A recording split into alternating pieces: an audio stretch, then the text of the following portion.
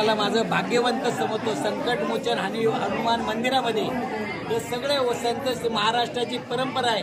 आमचे हरिभक्त परायण शास्त्री महाराज, आमचे डॉक्टर वल्ले पवार, आमचे हरिभक्त कदम महाराज, हरिभक्त पांडुरंग पवार, हरिभक्त शंकरबाबा पावडे, या सगळ्या मंडळीनं या एक माझा सन्मान माननीय माझा आणि अतुल भातळकर साहेबांचा सन्मान करायचा ठरवला होता.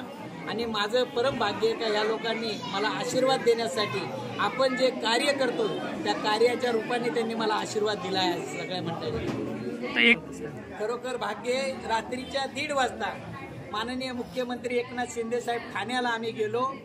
कुठलाही विलंब न लावता साहेबांनी मला बघितल्यानंतर गाडी थांबवली आणि जे काही आमच्या कॅलेंडरचं दिनदर्शनचं प्रकाशन होतं, आत्माराम चाचे, आमचे वैभव बरडकर हे नगरसेवक माझ्याबरोबर होते. साहेबांनी बघितल्या असे मुख्यमंत्री महाराष्ट्राला लाभले नाही.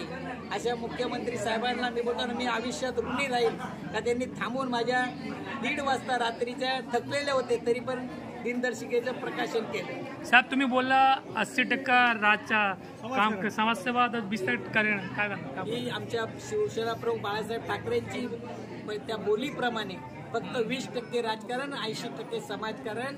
आणि मी देखील नगरसेवक असल्या कारणाने मी या लोकांची सेवा करायला मला भाग्य भेटतंय. आज या सगळ्या मंडळीने जो आशीर्वाद दिला आहे ही थोर मंडळी याची ना तुलना कशात होऊ नये. हरिभक्तपरायण शास्त्री महाराज यांनी आज कीर्तन केलं आणि आज अनेक प्रकारच्या या महिला वर्ग पुरुष मंडळी आशीर्वाद देण्यासाठी उपस्थित आहे. माझं भाग्य याही पुढं लोकांची सेवा करावी अशी मी पांडुरंग.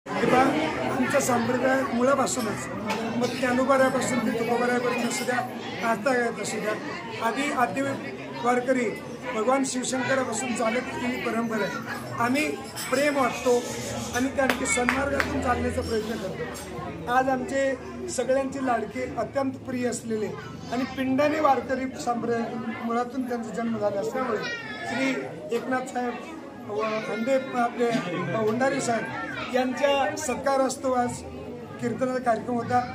त्या कीर्तनाच्या माध्यमातून आम्ही समाजाला त्यात साहेबांना आम्ही प्रार्थना विनंती केली की आपण एकजुटीने चालूया. आपला धर्म, आपला देश जर एकजुटीने चालला तर जगामध्ये आपण विश्वगुरू व्हायला आपल्याला उशीर लागणार आहे. आता होतोच आहोत आणि पुढे राहू. म्हणून मी प्रार्थना करतो सगळ्यांनी एकपटीने राहूया, एकपत्याने राहूया आणि हुंडारे साहेबांसारखे नेते त्यांना पुढे करून त्यांच्या पाठीवर त्यांना सहकार्य करून त्यांना विजय प्राप्त करून देऊन आणि धर्माचं कार्य त्या ठिकाणी सिद्धीला नेऊया अशी मी प्रार्थना आणि विनंती केली. त्यामध्ये होती कीर्तन.